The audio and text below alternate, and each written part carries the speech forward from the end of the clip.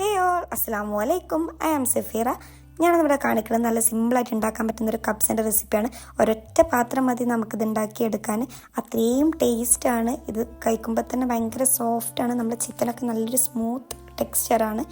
അപ്പോൾ ഇത് മയണൈസും അതുപോലെ തന്നെ തക്കാളി ചട്നീൻ്റെ ഒക്കെ കൂടെ കഴിക്കാൻ അത്രയും ടേസ്റ്റാണ്. നിങ്ങൾ നമ്മളെ ചാനൽ ആദ്യമായിട്ടാണ് കാണുന്നതെന്നുണ്ടെങ്കിൽ ഒന്ന് സബ്സ്ക്രൈബ് ചെയ്യുക. അതുപോലെ തന്നെ തൊട്ടടുത്തുള്ള ബെല്ലൈക്കണും കൂടി ഒന്ന് എനേബിൾ ചെയ്യുക. അപ്പം അങ്ങനെ നമുക്കിതിൻ്റെ റെസിപ്പി നോക്കിയാലോ? ആയോ? ആദ്യം നമുക്കൊരു തക്കാളിയുടെ മിക്സ് റെഡിയാക്കി എടുക്കാനുണ്ട്. ഞാനിവിടെ 1 കിലോ ബസുമതി റൈസാണ് ഞാനിവിടെ എടുക്കുന്നത്. അപ്പോൾ അതിനനുസരിച്ചുള്ള ഇൻഗ്രീഡിയൻസ് ആണ് ഞാനിവിടെ കാണിക്കുന്നത്. നിങ്ങൾ അതിനനുസരിച്ചിട്ട് എടുക്കുക കേട്ടോ. അപ്പോൾ 4 വലിയ തക്കാളി ഞാനൊന്ന് കട്ട് ചെയ്തെടുത്തിട്ടുണ്ട്. അതിലേക്ക് വെളുത്തുള്ളിയും കൂടി ആഡ് ചെയ്ത് നമ്മുടെ മിക്സിയുടെ ജാറിലിട്ട് ഒന്ന് ഗ്രൈൻഡ് ചെയ്തെടുക്കുന്നുണ്ട്. ഇനി ഇവിടെ 4 കപ്പ് ബസുമതി റൈസാണ് എടുത്തിട്ടുള്ളത്, അതായത് 1 കിലോ. ഇതൊന്ന് അരമണിക്കൂർ വെള്ളത്തിൽ കുതിർക്കാൻ വെക്കുക. ഇനി അടുത്തതായി ഒരു കപ്സ് ഉണ്ടാക്കാനുള്ള പാത്രം എടുക്കുക. അടി കട്ടിയുള്ള പാത്രമാണെങ്കിൽ അത്രയും നല്ലത്. അതിലേക്ക് 2 ടേബിൾ സ്പൂൺ നെയ്യ് ചേർത്ത് കൊടുത്തിട്ടുണ്ട്. അതൊന്ന് ചൂടായി വരുമ്പോൾ അതിലേക്ക് 4 വലിയ സവാള നീളത്തിൽ അരിഞ്ഞതും കൂടി ചേർത്ത് കൊടുത്തിട്ട് ഒന്ന് മിക്സ് ചെയ്ത് കൊടുക്കുക. ഇനി അതിലേക്ക് ഇത്തിരി ഉപ്പും കൂടി ചേർത്ത് നന്നായിട്ടൊന്ന് ഇളക്കി കൊടുക്കുക. ഈ ഒരു സമയം നമ്മൾ ഹൈ ഫ്ലെയിമിൽ വേണം വെക്കാൻ. എന്നിട്ട് കണ്ടിന്യൂസ് ആയിട്ട് ഇളക്കി കൊടുക്കണം. ഇനി ഇളക്കി കൊടുക്കാൻ അങ്ങനെ കണ്ടിന്യൂസ് ആയിട്ട് കഴിയുന്നില്ല എന്നുണ്ടെങ്കിൽ നിങ്ങൾ മീഡിയം ഫ്ലെയിമിൽ വെച്ചിട്ട് ഇടയ്ക്കിടയ്ക്ക് ഇളക്കി കൊടുക്കുക. ഇനി നമ്മുടെ സവാള നന്നായിട്ട് വഴന്ന് വരുമ്പോൾ അടുത്തതായിട്ട് നമുക്ക് ഇതിലേക്ക് ചേർക്കാനുള്ള നമ്മൾ നേരത്തെ ഗ്രൈൻഡ് ചെയ്ത് വെച്ച തക്കാളിയും വെളുത്തുള്ളിയുടെ പേസ്റ്റ് ഇതിലേക്കൊന്ന് ചേർത്ത് കൊടുക്കുക. ഇനി എന്നിട്ട് അത് നന്നായിട്ടൊന്ന് മിക്സ് ചെയ്ത് കൊടുക്കുക. കപ്സയുടെ ഒരു മേജർ ഇൻഗ്രീഡിയൻ്റ് ആണ് നമ്മൾ ഈ ഒരു തക്കാളിയും വെളുത്തുള്ളി എന്ന് പറയുന്ന സാധനം. അത് ഈ ഒരു അളവ് തന്നെ ചേർത്ത് കൊടുക്കുക. അതാണ് ഈ ഒരു കപ്സക്ക് നല്ലൊരു ടേസ്റ്റ് കൊടുക്കാൻ നമ്മളെ ഹെൽപ്പ് ചെയ്യുന്നത്. ഇത് 2-3 മിനിറ്റ് മീഡിയം ഫ്ലെയിമിൽ വെച്ചതിന് ശേഷം നമ്മൾ അടുത്തതായി ഇതിലേക്ക് നല്ല കഴുകി വൃത്തിയാക്കിയ 1 കിലോ ചിക്കൻ്റെ പീസസാണ് ചേർത്ത് കൊടുക്കുന്നത്.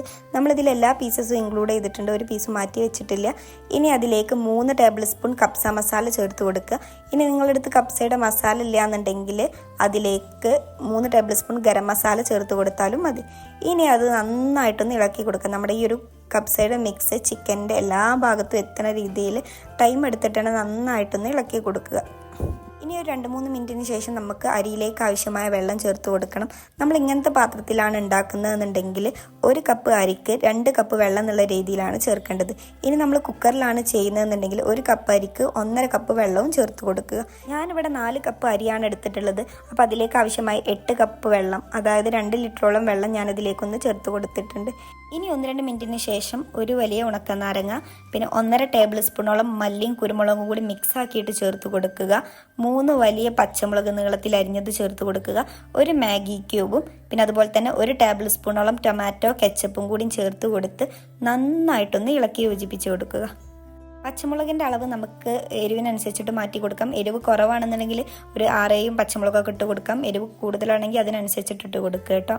ഇതെല്ലാം നന്നായി ഇളക്കി യോജിപ്പിച്ചതിന് ശേഷം നമുക്ക് ചിക്കനിലേക്ക് ആവശ്യമായ ഉപ്പും കൂടി ചേർത്തിട്ട് നന്നായിട്ടൊന്ന് ഇളക്കി യോജിപ്പിച്ചെടുക്കാം.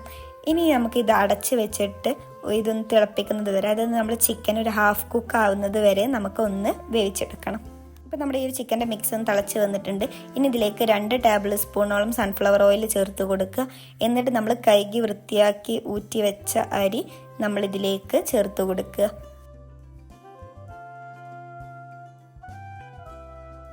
ഇനി ഇതൊന്ന് നന്നായി ഇളക്കി യോജിപ്പിച്ചതിന് ശേഷം നമ്മൾ അരിയിലേക്ക് ആവശ്യമായ ഉപ്പും കൂടിയും ചേർത്ത് കൊടുക്കുക.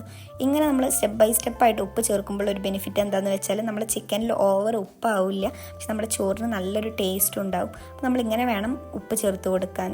ഇനി ഇത് നന്നായി ഇളക്കി യോജിപ്പിച്ചതിന് ശേഷം നമുക്കിത് ആവി പോവാത്ത വിധം മൂടി വെക്കുക. എന്നിട്ട് ഒരു 35 മുതൽ 45 മിനിറ്റ് വരെ ലോ ഫ്ലെയിമിൽ നമ്മളിതൊന്ന് കുക്ക് ചെയ്തെടുക്കുക. ഇനി ആ ഒരു സമയം കഴിഞ്ഞ് നമ്മൾ ഫ്ലെയിം ഓഫാക്കി ഏകദേശം ഒരു 15 മിനിറ്റിന് ശേഷം വേണം നമുക്കിതൊന്ന് ഓപ്പൺ ചെയ്യാൻ. അത് ഓപ്പൺ ചെയ്യുമ്പോൾ തന്നെ സാറേ എന്താ സ്മെല്ല് എന്നറിയോ. ഇനി നമ്മൾ ഇതിലുള്ള ഡ്രൈഡ് ലെമൺ ഒഴിവാക്കിയെടുക്കുക.